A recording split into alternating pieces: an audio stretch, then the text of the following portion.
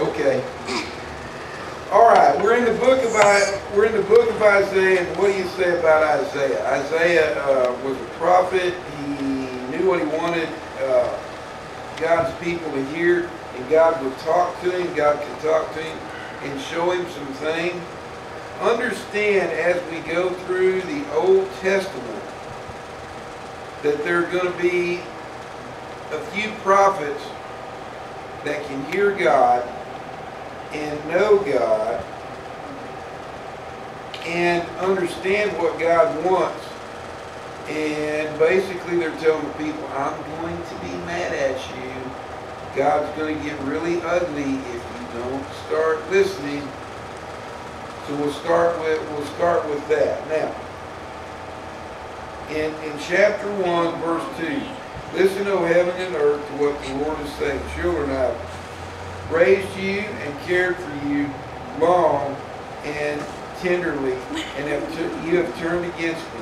Even the animals, the donkey, the ox, know their owner and appreciate his care for them, but not my people Israel. No matter what I do for you, they still want to care. You still don't want to care. Oh, what a sinful nation you have become. I can stop right there with that part because we're not listening to God. And I want us to listen to God. I want us to hear Him. Now, Jake and Tegan are learning the ABCs. And Jake can sing his ABCs, and it's been fun. It has been fun to watch him because he's not quite through. Now, he knows his numbers up to 20. Tegan, you probably count to 20. He's doing some adding and subtracting now. Oh, man. See, Jake's not quite doing 100 higher than I can count. Yeah. Yeah, see, you're doing better than Brandon. Now, sometimes I'm like 20, dang it. I'm gonna start over. 1, 2. There you go. Now, I'm going to do some ABCs with us, and then I'm going to give these to Miss Sherry, and she can put these down There you go. With our list. 1 year in Vacation Bible School when I was at Community Church, we did a thing called ABC, Accept, Believe, Confess. Now, that's our ABCs. You got to accept Jesus, you got to believe in Him, and you got to confess that He's your Lord and Savior, and that you have sinned. Now, Old Testament law, and even if you just read the book of Proverbs, you pick any book you want to pick and read in there, and somewhere in there God's going to be mad at somebody because they didn't this or didn't that. We need to confess that we have been bad and that we need to change. D, deliver. Deliver us from evil. I want us to be able to walk out of here and walk away and see something evil and go, I'm not going to do that. Yesterday at Donnie Buffert's funeral, one of his cousins and childhood friends, she said, I've known him longer than I have anybody else, and she said, Donnie would always say, they gonna get us for that. They gonna get us for that. He knew. They see their moms coming. Oh, here they come. Guys, all God wants us to do is deliver ourselves to heaven. And to do that, we got to realize what all the sins are and quit. Stop. The hardest one for me to stop is going to be overeating. Gotta admit, that one's a tough one for me. But because I overeat, it does not make me any different than any sin that anybody else has. make any difference which one it is. No difference. I'm not qualified to judge anyone. Now, do I need to quit overeating? Yeah. Do I make excuses? Yeah. I'm going to have to face God. Whatever your sin is, Robert, you're going to have to face God. Whatever your sin is, Brandon, you're going to have to face God. Okay, Mark. What's the difference between a lie and an excuse? There isn't. It's very, very good written. She asked, what is the difference between a lie and an excuse? That honestly is the best question I've heard. And that's a great question because, all right, Only one let me is give you an example of a lie. I am going to buy you a brick of gold. That is legit. That'd be cool, but I'm not going to do that. Aww. So that's a lie. Now, My if I make an hurt. excuse, I'll go, I'm not going to get you the brick of gold because you would waste it. That's an excuse. Well, sometimes people confuse excuses with, or People they excuse lies. excuses and lie. And don't do it. Now, here's what we got to do. E. We're up to E. I want us to educate the people. Yes, sir. Now, one thing that they don't realize is, and the devil doesn't want them to realize this, is that Jesus Christ died to save us from all of our sin, and no sin is unforgivable. The devil wants us to think, oh, K-Bar, he was a bad guy. God will never forgive you for that. You're a horrible person, you know. And then you get to believe that, dang, if I'm that bad, I'm gonna. And then you kind of get to where you're turning your hat down where nobody can see your eye. I know, that's how I sleep. Because you can't look anybody in the eye. You can't look anybody in the eyes anymore. Unless you look back and then you're like, Yeah. And because you're falling in with the devil, you're right, Brittany. It's that sinking down in the seat feeling.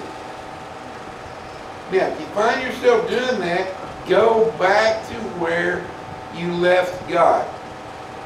well, sometimes, Not where God left you, where you left God. Because you were in a path, and most times there was a right and a wrong way to go.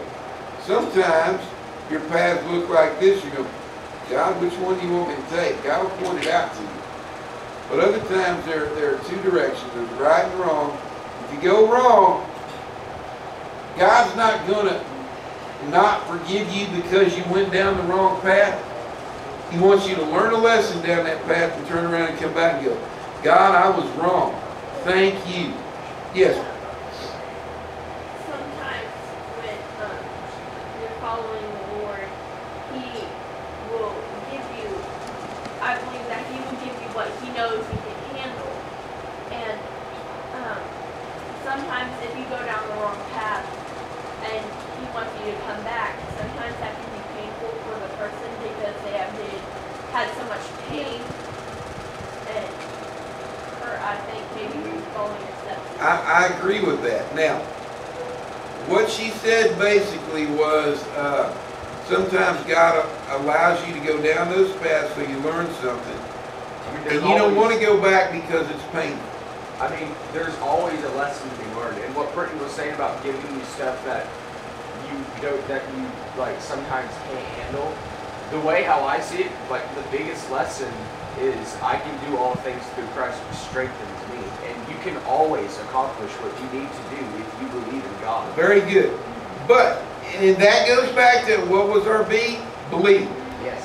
That goes back to our B. Now, after we educate people that God will forgive you, we have to forgive them as the church. Now, One of my buddies said something this week, and the huge mega churches can find themselves in this deal categorizing sin. And you've done a certain sin. You got to forgive. You can't categorize sin. Now, I find myself one of the biggest things that I like to preach against is suicide, because I've had so much of that happen in my lifetime, and know the signs and know what's going on. But here's the deal. I can't hold myself up preaching against one sin. You got to preach against them all. Suicide's just as bad as overeating. Overeating is just as bad as pornography. Pornography is just as bad as, and you can just go on and on and on and on and on and on and on. Huh? And just as bad as eating bacon back. There you go. Now, and if you didn't hear what Brittany said, just as bad as the thought. Now, let me jump into that for real quick, because we've been working on ad-lib.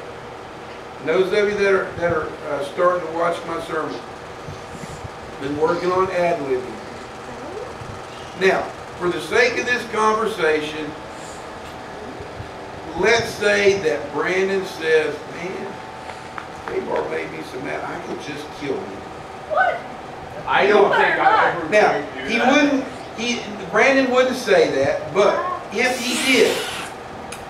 he did, the thought is the same as already done it. It starts off with something small and it grows. Because if you have something, Because if you eventually a have habit that in your grows mind, into a it makes you lifestyle. mad. The image grows If you in, want to do it. the image grows into a lifestyle, what Brandon said, and it's what you do that matters. Is that what she said, right, Brandon? James says that each one is tempted where he is carried away and enticed by his own lust.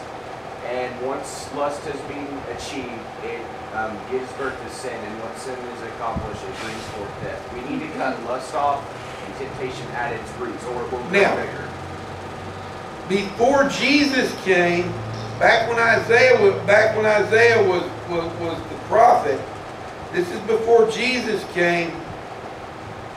Jesus showed us in, I believe it's the book of Mark, one of the Gospels for sure. Jesus showed us,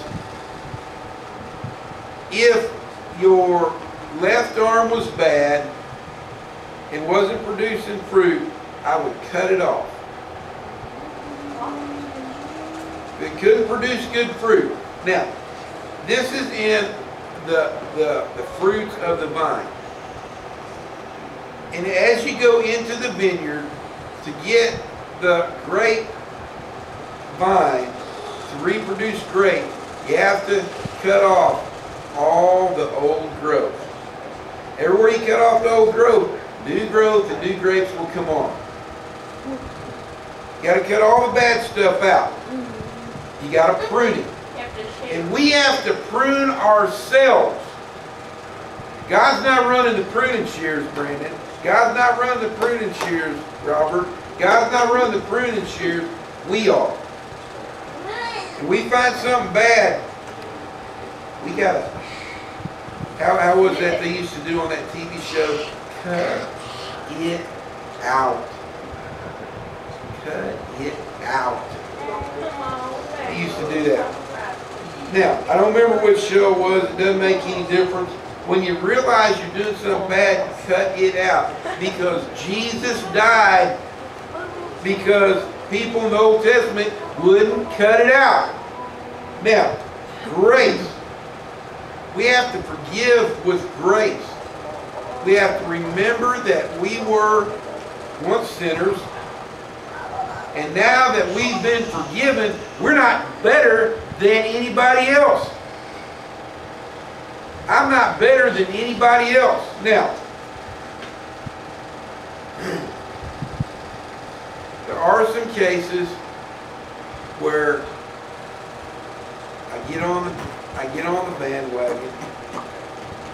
My bandwagon is the St. Louis Cardinals. We're over 13 games over 500, playing some of the best baseball that we've ever played. Winning.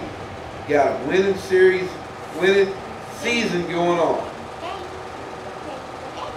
We got a pretty good dynasty going on. We don't spend near the money on our players that what they spend in Dallas Cowboys football. We don't spend near what they spend, the New York Yankees spend. And we're winning. Now, hadn't heard so many great things about the New York Yankees this year. But man, every day I'm getting more close on what's happening in St. Louis, what's going on. Now, I'll always be on that bandwagon. I always want my team to be the best, and that we should. Your high school, your grade school, wherever you're going to school at, you should want them to be the best. That's one thing. But I don't always do it gracefully because I pick on a lot of people if they root for Dallas. Now, here's a bet that I said that I would do. And Miss Sherry knew this was going to come up. I told my friend Brian Long that if Dallas Cowboys win a Super Bowl Which is never going to happen. before Romo retires, I will do one of two things. There were some real pretty Dallas Cowboys fingernails. I will preach with Dallas Cowboys fingernails on. Or I will preach in a Romo jersey. You know what? I will not come to this church if you do that. Now, I don't want to see any Dallas Cowboys around here.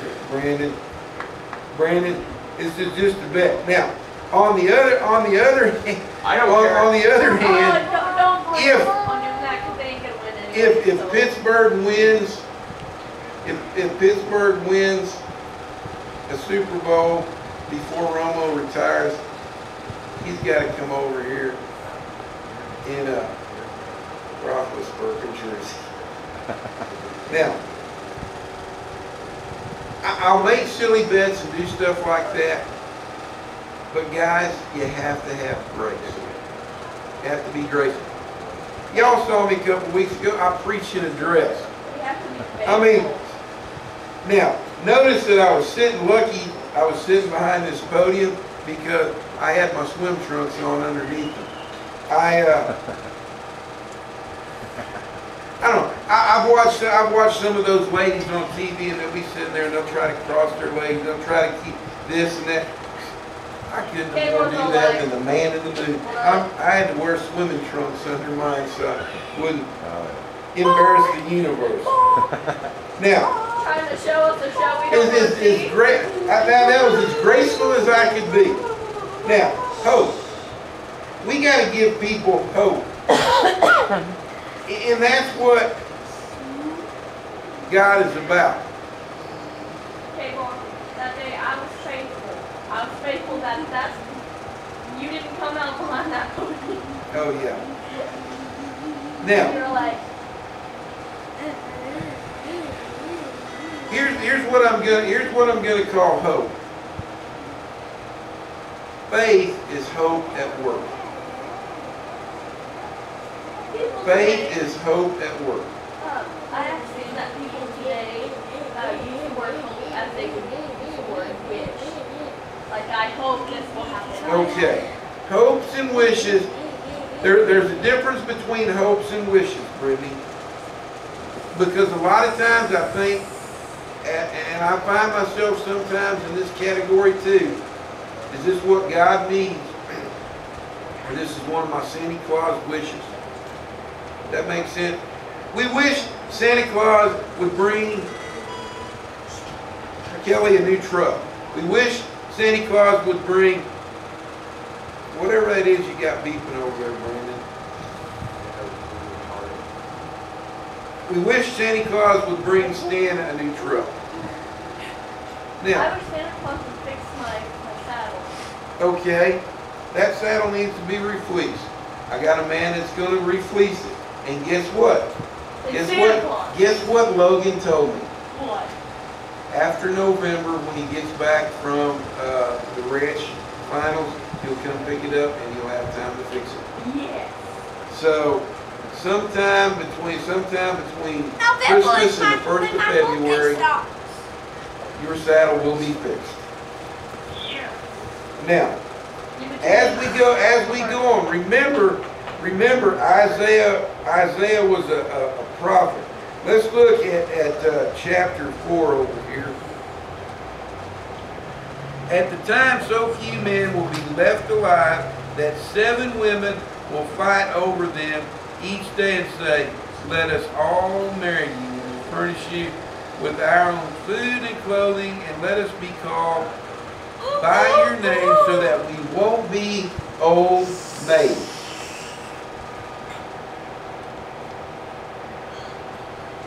I love to read this little short chapter in Isaiah, because there's some guys out there going, I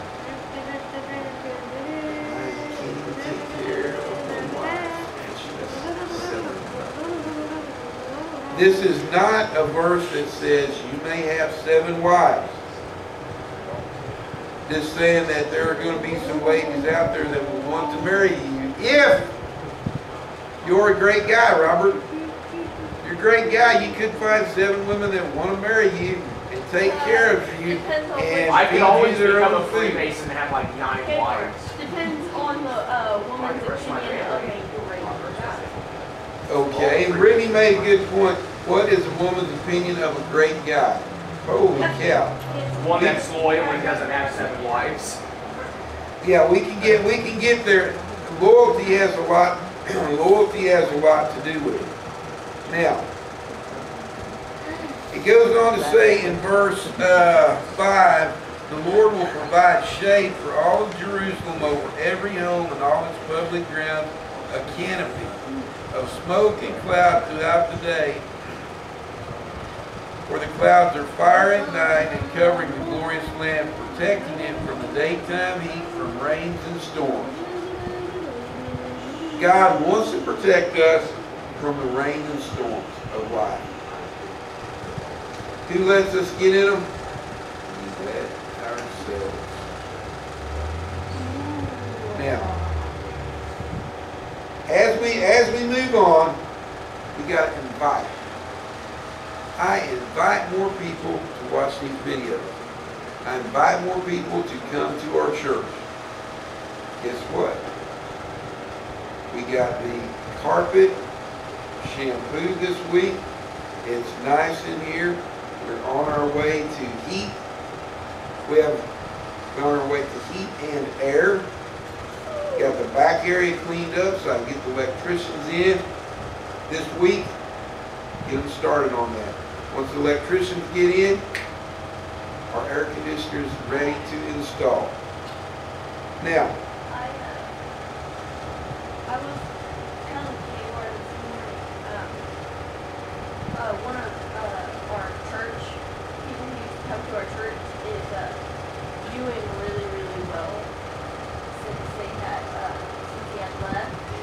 And I was really happy to tell Taylor that because I had seen him and witnessed him, he's better. And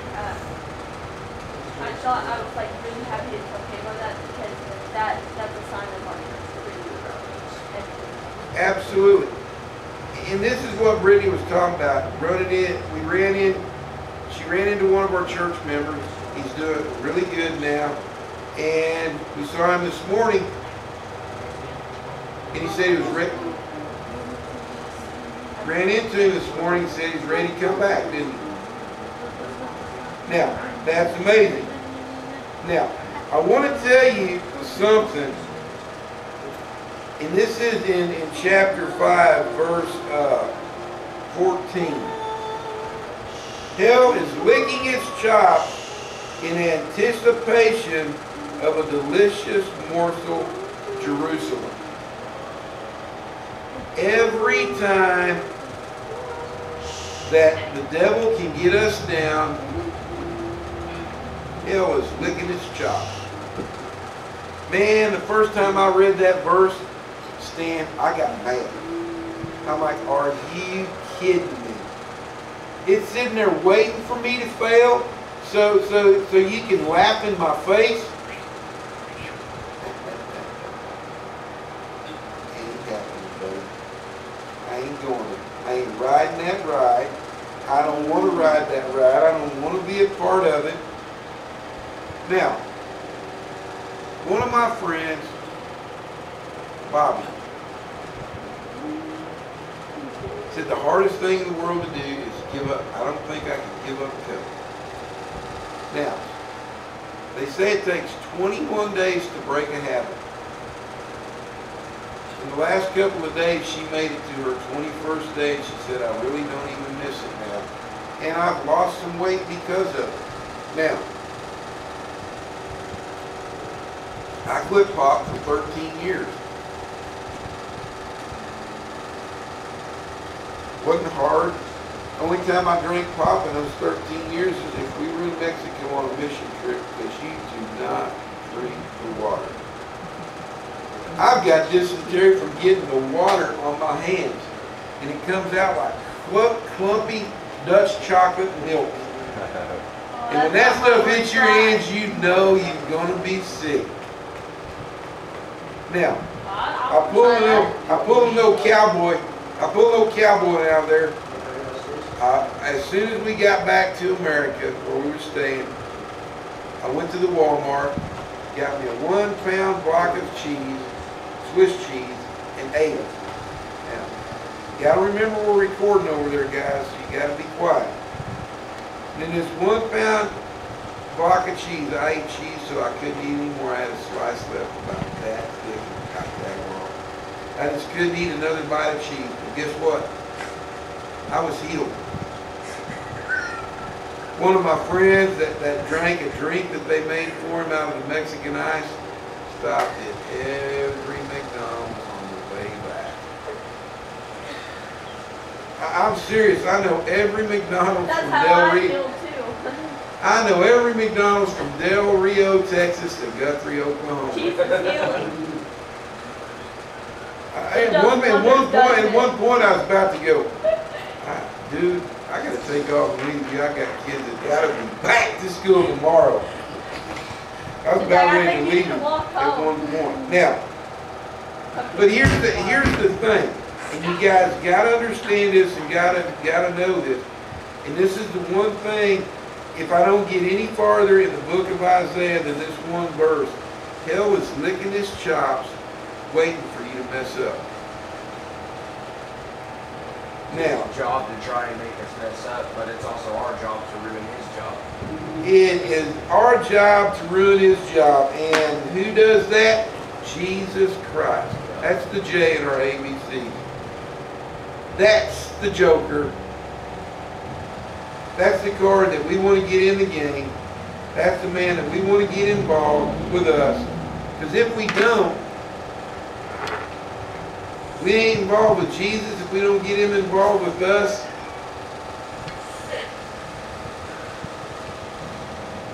hell wins. And I don't care whether you're a Dallas Cowboy fan, a Pittsburgh Steeler, I don't care if you're a Green Bay Packers fan, I don't care if you're a Detroit Lions fan, Raiders! a Raiders fan. You should care. I like the Raiders and Pittsburgh. Those are my teams. They I better don't do care good this year. what team you root for, you don't want to lose. You're a No, Raiders sir. fan? I like the Pittsburgh Steelers best, but my second team is the Raiders. Raiders hadn't been good for a while. Ha! And I'm okay with that. I don't care. Hey, you think we're doing good? Now, You guys keep rooting for your team no matter how bad they're doing. but here's the deal. You can't ship jump. As easy as it be, because the Raiders are not winning right now, easy as it be to jump ship, I'm not going to do it. Not going to do it. Now, I used to have the Raiders caps in my room. Oh, I wish you I had the old school Oakland. Then I had the Los Angeles one. Then I had the new school Oakland one too. And I You wore still them have them? hats till I wore them out. No. No, you warm out. I wore them hats till I wore them need to out. get me a couple of Oakley. Till there was nothing left to wear. And something that I want to say. I want to go back. There were some really cool old school Raiders that were awesome. But I'm going to go back to Terry Bradshaw, who is a devout Christian, former quarterback from Pittsburgh. And he said, I went home to Louisiana after my first year of playing and getting beat. And he said, I didn't like getting beat. And I knew I had two choices. Now, here are your choices. And as Christians, we have the same choices that he did. We can go back with the same outcome that we had and not change anything. Or, yeah, we can change something about ourselves and go back. And he's like, I went home and started throwing the football. And guess what? By year 3, he took them to the Super Bowl and won. And I want to tell you guys something. I'm not trying to make this about Pittsburgh. I'm trying to make this about making your mind up for God. Hell's going to lick his chops over you, or you can go back to the well and go, I am not satisfied being a loser. And he wasn't. And it wouldn't have mattered what team that he played for, he was not going to be a loser. I'm not satisfied with that outcome. You could be the quarterback of the worst team in the world, but if you believe in Jesus, you're always a winner. There you go. Now, here's something that really is aggravating to me and has really made me